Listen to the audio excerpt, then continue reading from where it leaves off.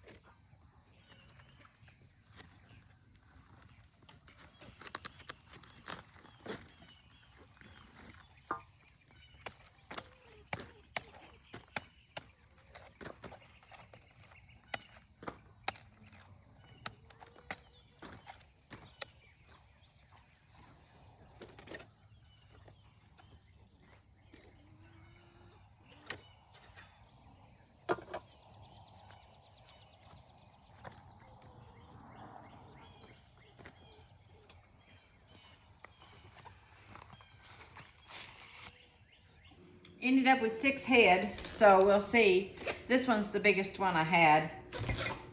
A couple of the other ones are pretty small, but they've got worms kind of trying to start in on them, so I wanted to get them picked. I've got 1 or 2 still out there, but they're not quite ready yet. And I won't make kraut out of all of these. Some of them I will just put in the refrigerator and just eat them up as I go. And I may make freezer slaw out of a couple of them, but not sure yet. But got to get some jars washed up and get all that ready to go, so I'll talk to you in a minute. Okay, got my jars all washed up that I'm going to use, and got my dish pans down, ready to go. I'm just going to wash these cabbage, take some more of the outer leaves off, kind of try to clean them up, and then what I have left of the leaves, it's going to discard. I'll take those and put them in the compost pile, and then they'll turn into dirt, and I'll have that for garden next year. But anyway, I'm leaving 3 of them. I may do some, like I said, freezer slaw in a day or 2, but for right now I'm going to take these and clean them up and get them ready to go, and then we'll chop them up and get them in the jars.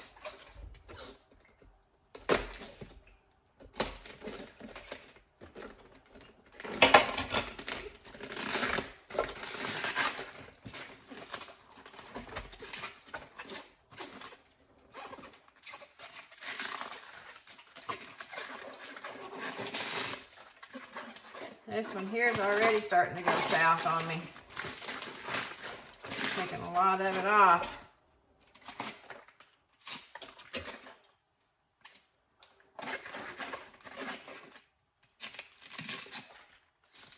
Wish I'd have got it out earlier, but I didn't. So anyway.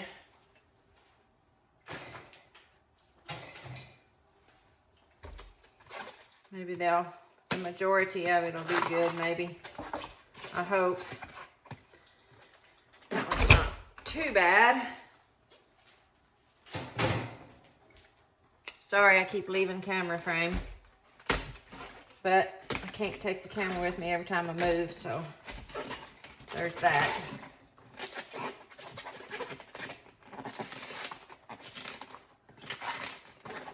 Hopefully next year, depending on how well I get this kraut to turn out, get my cabbage in the ground a little sooner.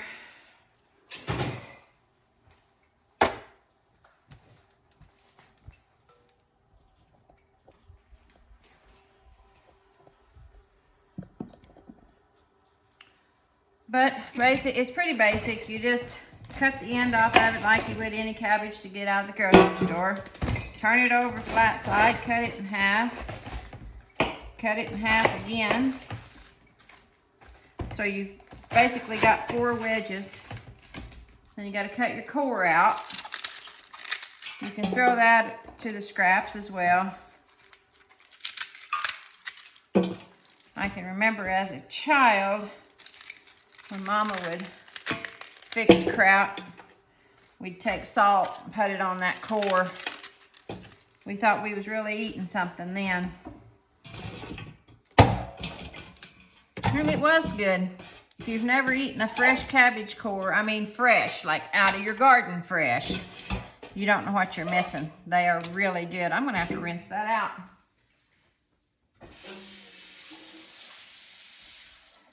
But that's just like anything you get out of the fresh, out of the garden.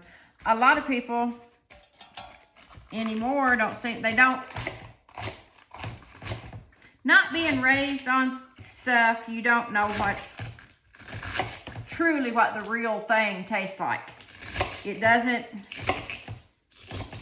the store, and I'm not knocking grocery stores, I'm not knocking nothing. What I'm saying is, what you get out of the grocery store has been so processed and so many chemicals sprayed on it to keep the bugs out of it. And it's just over processed, and you don't have the true flavor of what it actually is. You really don't. It's not, you know, I mean, fresh cow milk and store-bought milk, nowhere near the same. The texture of it is even different. But if you're raised with it, that's the best kind of milk there is. Fresh milk, as I like to refer to, real milk. They ain't nothing like the gravy that you get from making with real cow's milk. Real milk that came straight out the cow. Brought it in the house, strained it, put it in the refrigerator, let it get ice cold. Cold hurts your teeth, cold. That is milk. But you just chop it up, whatever thickness you want. Some people like it chopped up, little bitty tiny confetti. Some like it a little longer. Mama did hers in more like ribbon. She didn't really do the chopping it up like really fine. And she would can it. Well, I say can it. Put it in the fruit jars with salt and water and put the lid on it, and that was the end of it. We didn't pressure can it. We didn't hot water bath it. We didn't none of that. And that's what I'm going to do today. So if you try this, do it on your own. I'm not telling you to do it and not do it, because it is not canned per se according to USDA regulations. It is not done that way. This is how I do it. So you do whatever to your own discretion. Now, it'd been so long since I had done kraut, which was since I was a kid at home with my mama. I couldn't remember exactly how she did hers. So this recipe that I have for this particular batch of kraut that I'm going to do, I will give all the credit to Celebrating Appalachia channel. I watched her, and this is how Tipper did hers. So that's how I'm going to do mine. So I'm giving credit due where credit is due. But this is the best I can remember. That is the best, I don't want to say best. That is the closest to what my mama done that I can remember. And so that's what I'm going to do. Now, I made a batch of it the other day, and Celebrating Appalachia, she put a teaspoonful of sugar in on top of hers. And I did that last time, but I'm not going to do it this time. I'm going to see if I can do it I'm just going to do it without the sugar, because I don't remember Mama putting sugar in hers. She may have, but I just don't remember it. So I'm just going to do it with the salt. And I'll show you how I do it here in a minute when I get ready to put it in the jars. Like I said, it's not that hard to make it, but it is fermented. It's not canned. So, and I can't stress that enough. It's not canned. It's not quote unquote pasteurized like you would be if you got out of the store. And there again, that's a whole other flavor that is not store-bought flavor. It doesn't, fermenting it does not take away from the quality of the cabbage. It just simply enhances it. It just does so much better. So much better. I can remember as a little girl, Mama would open up a jar of sauerkraut, and I would literally stand there and try to drink the entire jar of brine water. Do you know how much salt that is? And it was pitiful. But man, it was good. I loved it. And Daddy would come around the corner once in a while, and he'd tell Mama, don't let her drink all that. She'll be sicker than the dog. Can remember Daddy saying that. Just plain as day. Miss my Mama and Daddy. Miss my Mama and Daddy. So if you got your Mom and Daddy still with you, man, cherish whatever time you have with them. If you have a good relationship with them, cherish it, because it's gone. My Mama's been gone several years. Daddy's been gone. My gosh, Daddy's been gone 30 years. And I still, to this day, I catch myself going to the phone to pick it up and call my dad or call my mom. Well, Mama would know how to fix that, or Daddy would know how to fix that, and they're not there. And it stinks. I hate it. I hate it. I hate it. But someday, when I leave this old world and I walk through them gates and I see my Jesus first and foremost, and then I see my Mama and my Daddy, that's going to be the best homecoming ever was. Best homecoming ever was. Unbelievable how time just goes so fast. And you know, getting away from the farm life. I wish I'd have paid more attention to Mama when she was canning. I helped her, but by the time I come along, I was a late in life baby. All my rest of my family, all my rest of my siblings, they was all grown. They was all grown and had kids of their own. Some of them did. So Mama didn't have to do the amount of canning that she did when she had all them kids in the house. And I honestly feel like I missed out. I really do. I feel like I missed out on a lot by not being there. But I still helped Mama a lot. As a matter of fact, we was on a dairy farm. We milked for a big dairy company, and So back in the day, the milk that you got out of the store probably came from some of my mama and daddy's milk cows. But anyway, we always had an old cow that we kept that wasn't a Holstein, that had a lot richer milk, better milk in my opinion. Had more cream content to it. Anyway, Mama would sit and hand milk that old cow, and I would hold her tail in the summertime, especially keep her from switching flies and hitting Mama in the side of the face with her old tail. That's how I learned to braid hair, was on an old milk cow's tail. I used to tell my daughter that story and she'd laugh. She thought that was funny that Mama learned how to braid hair on an old milk cow's tail. And I'm hoping someday to teach my grandkids how to braid a cow's tail. But that was many moons ago. Many moons ago. I've about got this dishpan full. That's going to be about the right amount, I think. See what we got. I got out 7 quart jars. Hopefully that will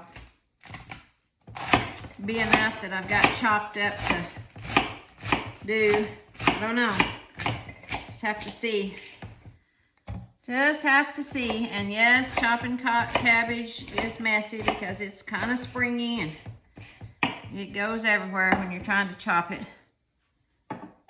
Lay that there. That should be, well, there went that idea. Put it in the wrong thing.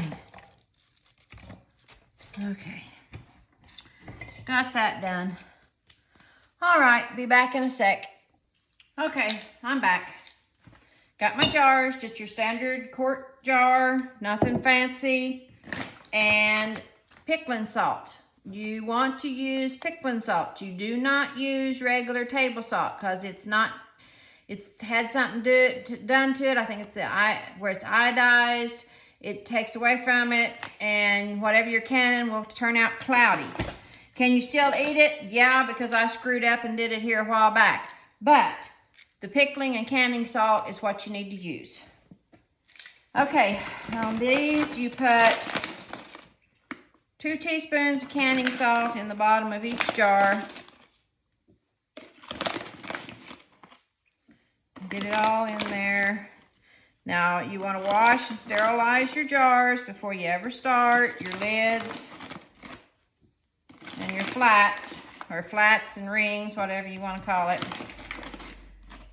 Get all those washed up, cleaned up, and ready to go. They don't have to be hot. They just be washed jar. Get all this in there.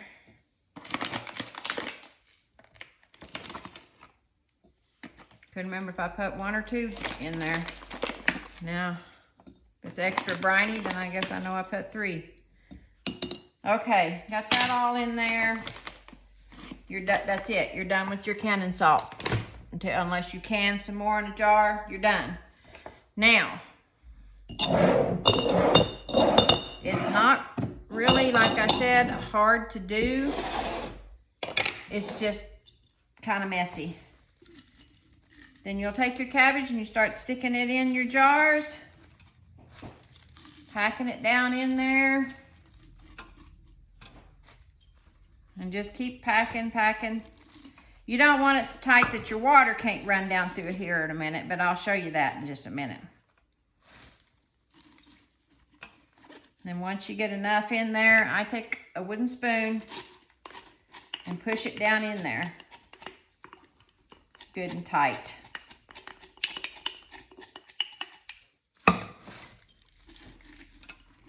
Then you pack some more.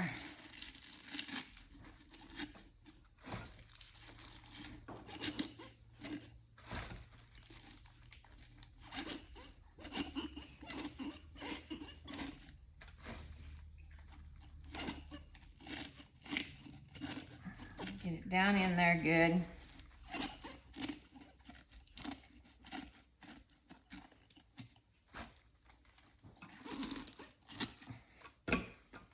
Pack it down in there with your spoon a little more.